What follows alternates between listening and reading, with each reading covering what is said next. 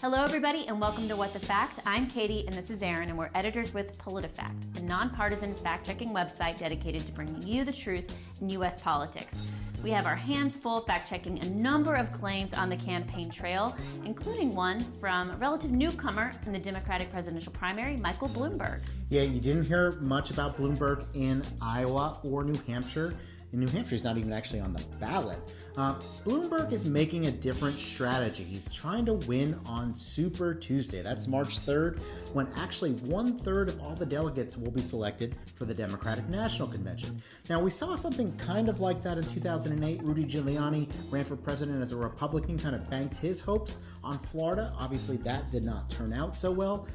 With Bloomberg, it's a little different because he has billions of dollars to spend if he wants, and so he's targeting these Super Tuesday states, which include big places like California and Texas, southern states like Alabama and Arkansas, swing states like Virginia, and yes, even kind of a purplish state like North Carolina. That's where our partners WRAL caught up with Bloomberg and did a fact check of something he said to try to win over voters in that state. We're going to talk about that in a little bit. Yeah, but first, we are expecting a contentious primary season ahead, and we think it's important to arm you with knowledge about the basics of this process that can honestly be quite confusing. For instance, what's the difference between a primary and a caucus state? To help us out, Newsy's going to walk us through all those distinctions.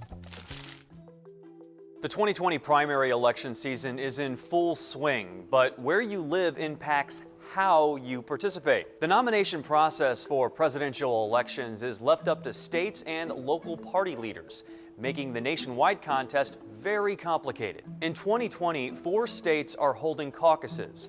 Iowa was first, with both Democrats and Republicans caucusing on the same day. But that's not the case everywhere. In Nevada, North Dakota, and Wyoming, only the Democrats will caucus this year. Every other state is holding a primary election, but the rules on who can vote vary. Open primaries allow anyone to vote, regardless of party affiliation. But people can only vote on the Democratic or Republican ballot, not both. Texas is the biggest state with an open primary. Closed primaries require voters to be registered with a political party. In closed primary states like New York and Florida, voters registered as independents or not registered with any party are effectively excluded from the primary election. Then there are states that fall in between. California uses what it calls a modified closed primary.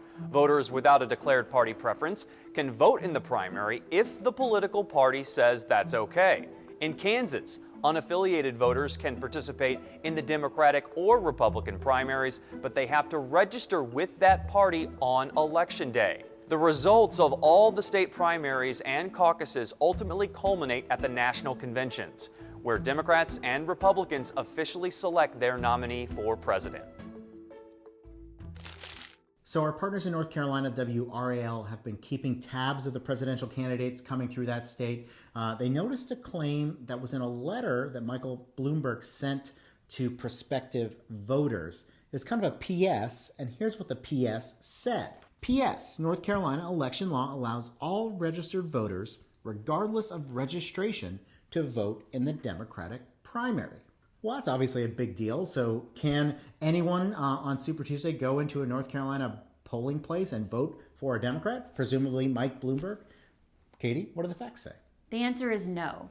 North Carolina has a semi-closed primary. Now, you might not know what that means off the bat, so we're going to tell you. It means you cannot just vote in any primary you choose. Yeah. And now, if you are an unaffiliated voter, you can vote in another party that you choose as long as they have opened their primary. But if you belong to another party, say the Democratic Party, and you want to vote in a Republican primary, you cannot do that. Yeah, so basically semi-closed means that if you don't have an allegiance to a political party, there's a chance you can vote in any party primary, assuming they allow you to. That's different than an open primary. So like, for instance, in New Hampshire, people there could vote for whatever ballot they wanted to, Republican or Democrat. It's also different than a closed primary, like here we are in Florida, where only Democrats can cast ballots in the Democratic primary and Republicans can cast ballots in the Republican primary. All right, so we rated Bloomberg's claims false. Obviously, we have many more fact checks on the presidential candidates. You can see them all at PolitiFact.com. It's a new website, by the way. We hope you like it. Until next time, I'm Aaron. This is Katie. Take care.